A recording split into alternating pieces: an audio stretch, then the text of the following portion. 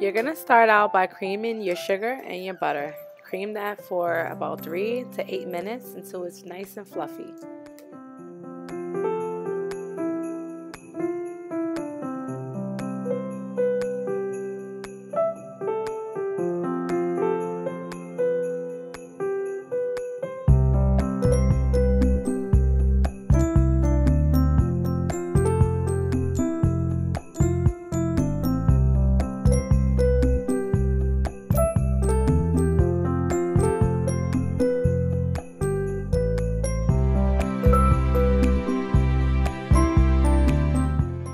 In a separate dish, you're going to combine all of your wet ingredients and then you're going to whisk them.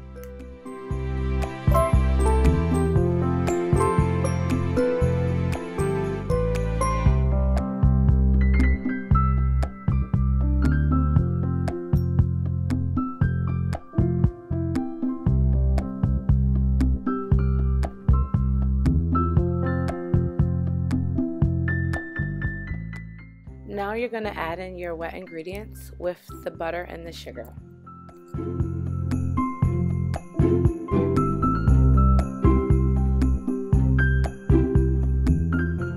Always scrape down your bowl in between mixing just to ensure that everything is fully incorporated.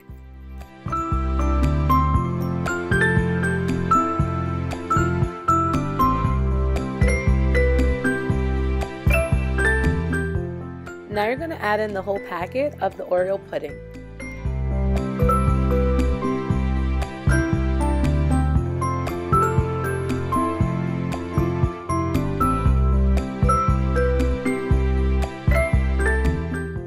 Now you're going to add in your dry ingredients in thirds. I like to sift it over the batter and then mix it. When making cookies, it's very important not to overmix your batter. So you're just going to mix it until it's just incorporated. And you do that in between each addition of your dry ingredients.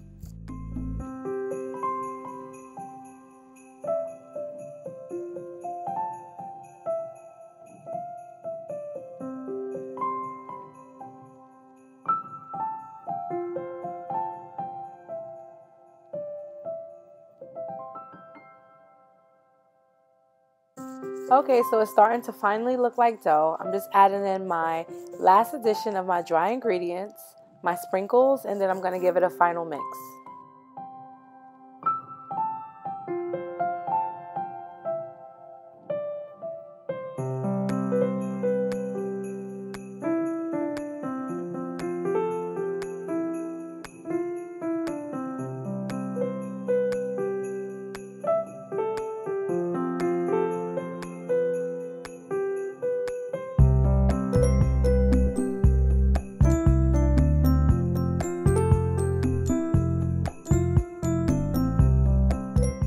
Since we didn't overmix it, you're going to now knead the cookie dough inside of the bowl, making sure that everything is fully incorporated.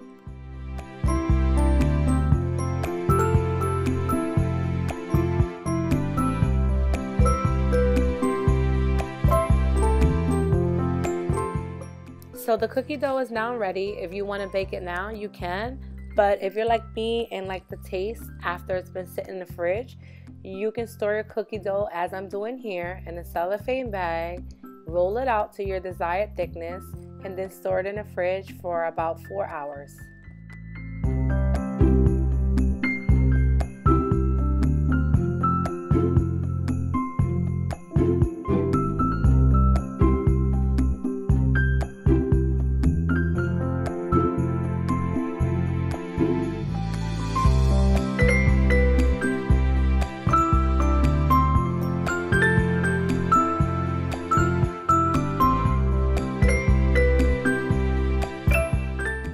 So my dough has been chilled for 4 hours, and then I left it out on my counter for 5 minutes so it can soften up a bit.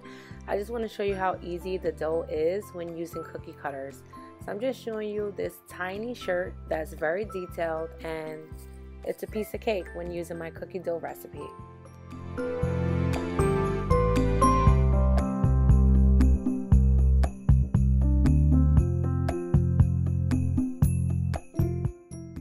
So this is the cookie straight from the oven, and it baked up flat, and then it kept its shape.